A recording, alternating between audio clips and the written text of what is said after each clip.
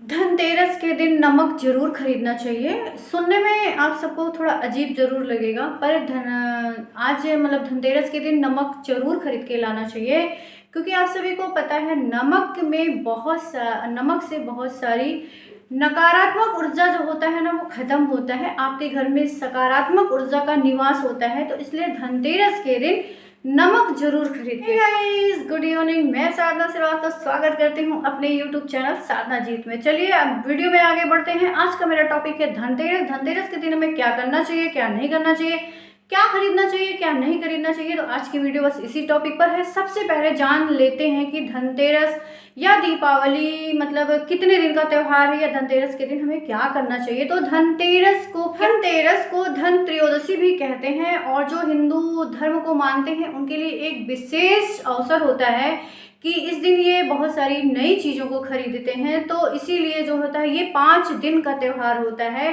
तो सबसे पहला दिन आता है धनतेरस का ही, जिससे कि आप सभी को पता है कि धनतेरस के दिन हम बहुत सारी नई नई चीज़ें खरीदते हैं। तो क्या खरीदना चाहिए, क्या नहीं खरीदना चाहिए। धनतेरस वित्तीय समृद्धि और पूजा का दिन माना गया है। इस दिन हम भगवान गणेश, माता लक्ष्मी और कुबेर जी की पूजा करते हैं। तो बहुत सारी चीज़ें जैसे सोना चांदी तो हम सभी को पता है कि हम खरीदते हैं, पर सोना चांदी के अलावा कुछ विशेष चीज़ें होती हैं जो हम धनतेरस के दिन खरीदते हैं। और धनतेरस पड़ता कब है? धनतेरस जो है कार्तिक मास के 13वें दिन पड़ता है। तो धनतेरस में सोना चांदी के अलावा और हम कुछ विशेष चीज़ें हैं जो हमें खरीदना बहुत शुभ होता है, जैसे कि पान के पत्ते।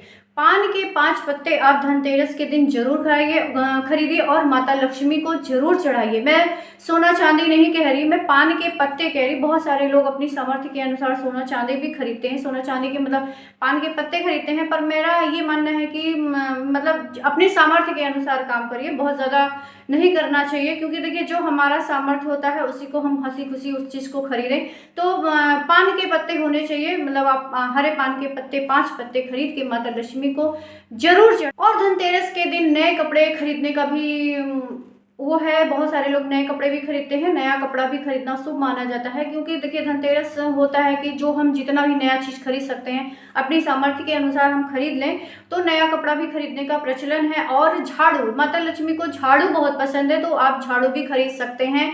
और उसके बाद धनिया का बीज खरीद करके उसका जो है उसमें गुड़ मिलाकर आप उसका प्रसाद बना के माता लक्ष्मी को चढ़ा सकते हैं। और या तो धनिया के बीज को लाकर अपने लॉकर में जहां आप पैसे रुपए रखते हैं वहां पे रख सकते हैं, ये भी बहुत शुभ माना गया है। मतलब चढ़ा के तब रखिए, ऐसे नहीं उठा के ला के रख दीजिए। तो कहने का मतलब ये है कि धनिया जो होता है धनतेरस के दिन खरीदना बहुत शुभ होता है। हाँ, इस दिन माता लक्ष्मी के चरण जरूर खरीदना चाहिए। चरण 2 खरीदना चाहिए। आप चरण खरीद कर आप एक मुख्य द्वार पर रख दीजिए, दूसरा पूजा घर में रख दीजिए। ये भी इस तरह करने से आप होता है नहीं कि माता लक्ष्मी का हम स्वागत कर रहे हैं, माता लक्ष्मी हमारे घर आई हैं, हम स्वागत कर रहे हैं। तो चरण जरूर खरीदना चाहिए, जो मतलब धनतेरस के दिन। बच्चों के लिए खिलौने खरीदना चाहिए।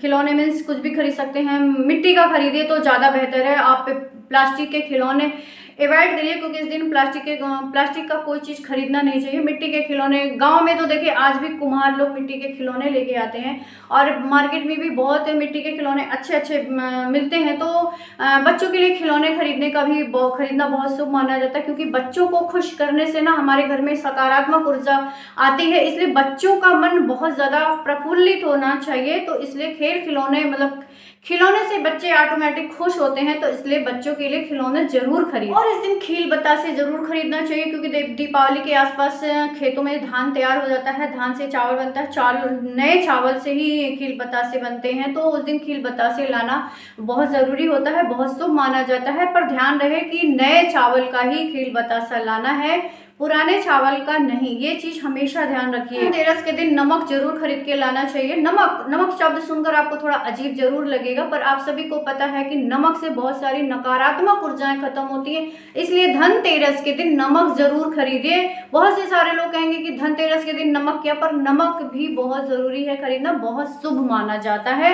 अगर आप मानते हैं इन चीज़ों को तो नमक सोने चांदी के जेवर खरीदने का प्लान बना रहे हैं तो धनतेरस इससे बढ़िया कोई दिन ही नहीं होता है। तो धनतेरस के दिन अपने सामर्थ्य के अनुसार जो भी आप मतलब जेवर खरीद रहे हैं, चाहे छोटा या बड़ा, तो सोने चांदी का अगर खरीद रहे हैं तो उस दिन धनतेरस के ही दिन खरीदिए और अपनी सामर्थ्य के अनुसार खरीदिए, जो मतलब जैसा भी आपका प्लानिंग हो, ठीक है। और कुछ दिन पीतल की चीज़ें, मतलब पीतल की वस्तुएं क्या, बर्तन होगा, पीतल का बर्तन जो होता है धनतेरस के दिन खरीदना शुभ माना गया है। तो पीतल का बर्तन भी आप धनतेरस के दिन खरीद सकते हैं। तो चलिए ये सारी चीज़ें हो गई जो कि हमें धनतेरस के दिन खरीदनी है।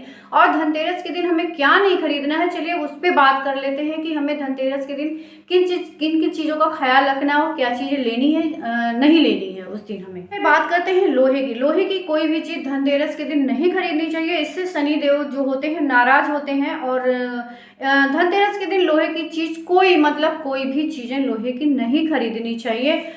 और काला तिल, काले रंग के कपड़े और तेल, इन चीज़ों को खरीदने से बचना चाहिए। मतलब इन चीज़ों को खरीदने से कोई मतलब नहीं है। ये सारी चीज़ें जो होती हैं धनतेरस के दिन नहीं खरीदनी चाहिए। और उसके बाद एल्युमिनियम का भी कोई सामान नहीं खरीदना चाहिए। एल्युमिनियम में राहु का प्रकोप होता है, इसलिए एल्युमिनियम को चीज़ों को भी नहीं खरीदना चाहिए। और उसके बाद प्लास्टिक के चीज़ों को भी नहीं खरीदना चाहिए। प्लास्टिक की चीज़ खरीदने से घर में बरकत नहीं आती है। और उसके बाद लोहे का कोई सामान जैसे चाकू, कैंची, पिन और सुई, ये सारी चीज़ें धनतेरस के दिन नहीं खरीदनी चाहिए।